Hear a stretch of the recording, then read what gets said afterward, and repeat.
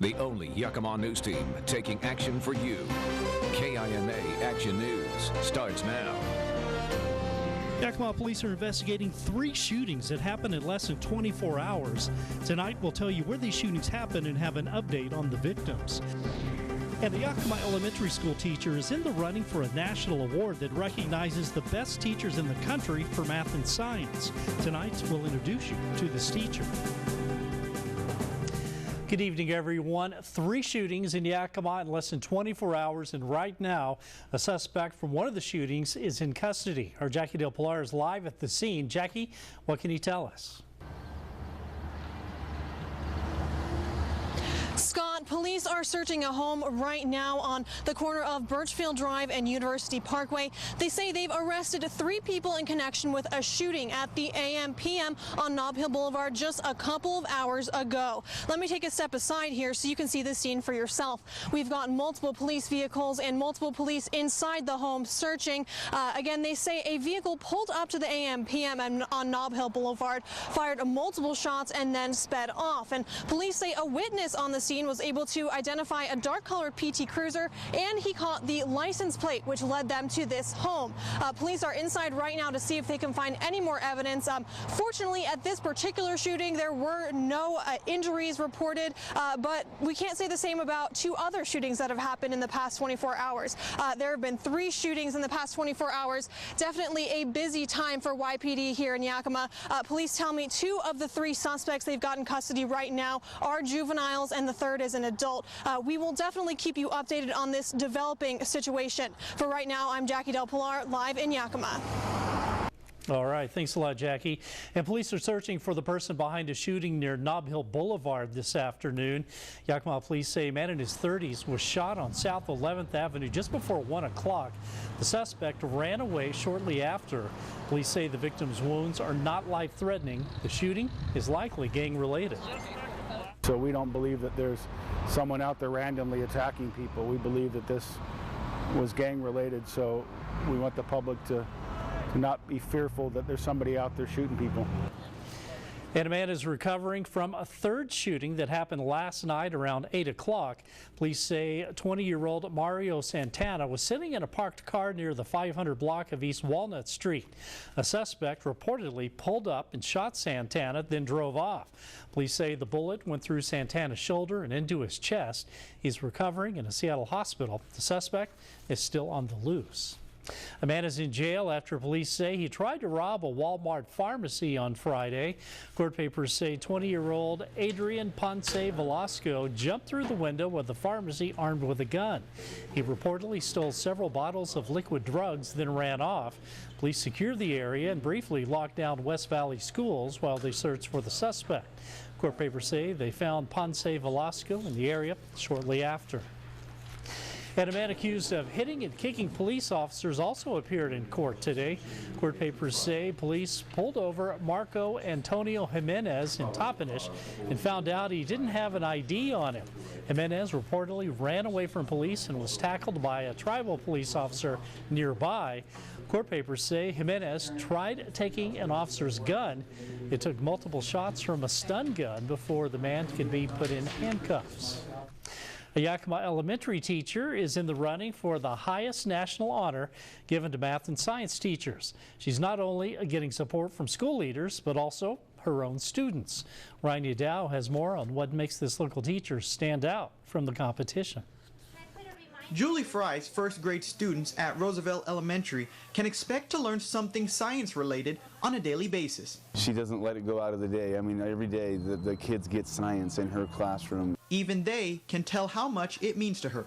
I feel like she's the only one that likes science. It's that kind of passion that has earned her a spot as one of 6 state-level finalists for the Presidential Award for Excellence in Mathematics and Science Teaching, the highest honor for any teacher in the nation for those subjects. It's nice to give 6- and 7-year-olds a voice at the state level, let alone a national level. Yeah, they are amazing little learners. Julie also credits the staff at Roosevelt for helping her through this process, which included filling out an extensive application. Took a lot of writing, a lot of videotaping, a lot of writing, a lot of editing, a lot of thinking, a lot of reflecting on my practice. She's prepared. She works hard with her teammates. She's planned. She's helped student teachers in the past. She is just a really quality person. Her students agree. She helps us out with spelling. She helps me out and she's very nice. She'll give us gumballs and he'll help us a lot. For Julie, the thought of winning the national award means a chance to return to the nation's capital, a place she hasn't been to since she was in elementary school. And that could come true in the very near future. I guess it's real. In Yakima, Ryan Yadao, Action News. The winners of the Presidential Award will be announced next spring and get to fly to Washington, D.C. to be recognized for their accomplishments. The Yakima Nation is giving back to their own during a time of need on Yakima's very first Indigenous Peoples Day. At the Yakima Nation RV Park, around 27 displaced families are living in tents. While these folks say they appreciate having a place to stay, Tribal Chairman Jody Gowdy felt an obligation to do more, believing shelter to be an essential need for everyone.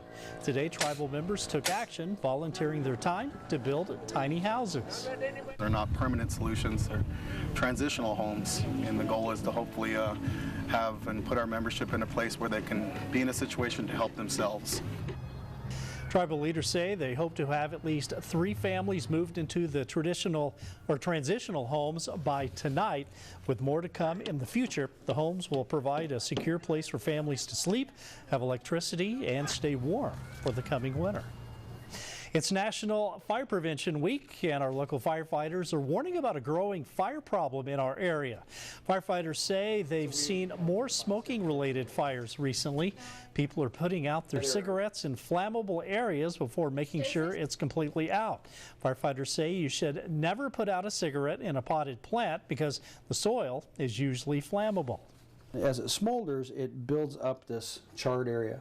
And all it takes is the right temperature, a little bit of breeze, and now we've ignited it and it extends into their backyard, their porch, the backside of their house. If you do need to put out a cigarette, make sure it's in a metal can, ashtray, or put out with water. Washingtonians are registering to vote in record numbers ahead of tonight's deadline to register online in time for the November election. 23,167 people registered to vote Sunday, far exceeding the previous one-day record of 13,109. Midnight tonight is the online registration deadline. After today, if you haven't registered to vote in Washington, you'll have until October 31st to register in person at your local auditor's office. We have a link to register online at KIMATV.com. Let's take a look at our headlines heading into our Tuesday. Clear tonight, and as a result of those clear skies, overnight lows are going to drop down into the 30s. Now we'll stay above freezing, but we're going to have to watch it tomorrow night. We could be pretty close. We're going to be looking at sunshine in the forecast tomorrow after a very wet Sunday and overnight early this morning. Any more rain in the forecast? Yeah, there is. I'll tell you when that happens for us. Coming up in your full storm tracker forecast in just a few minutes. Scott, back to you. Northwest News now. A timber company that logged an area above the massive 2014 Oso landslide has agreed to pay $10 million to people who survived and family members of people who died in the slide. Attorneys for the plaintiffs announced the sum today after the deal with Grandy Lake Forest Associates was revealed. The lawsuit was filed following the landslide, which killed 43 people and wiped out a rural neighborhood. Attorneys announced a $50 million settlement Sunday with the state of Washington. When it comes to stress, children feel it just as much as adults. Coming up on Action News, find out some tips on what to look out for and ways to help your children. And our coverage doesn't stop here. You can find all your local news, weather, sports, and traffic on the KIMA mobile app, available for iOS and Android.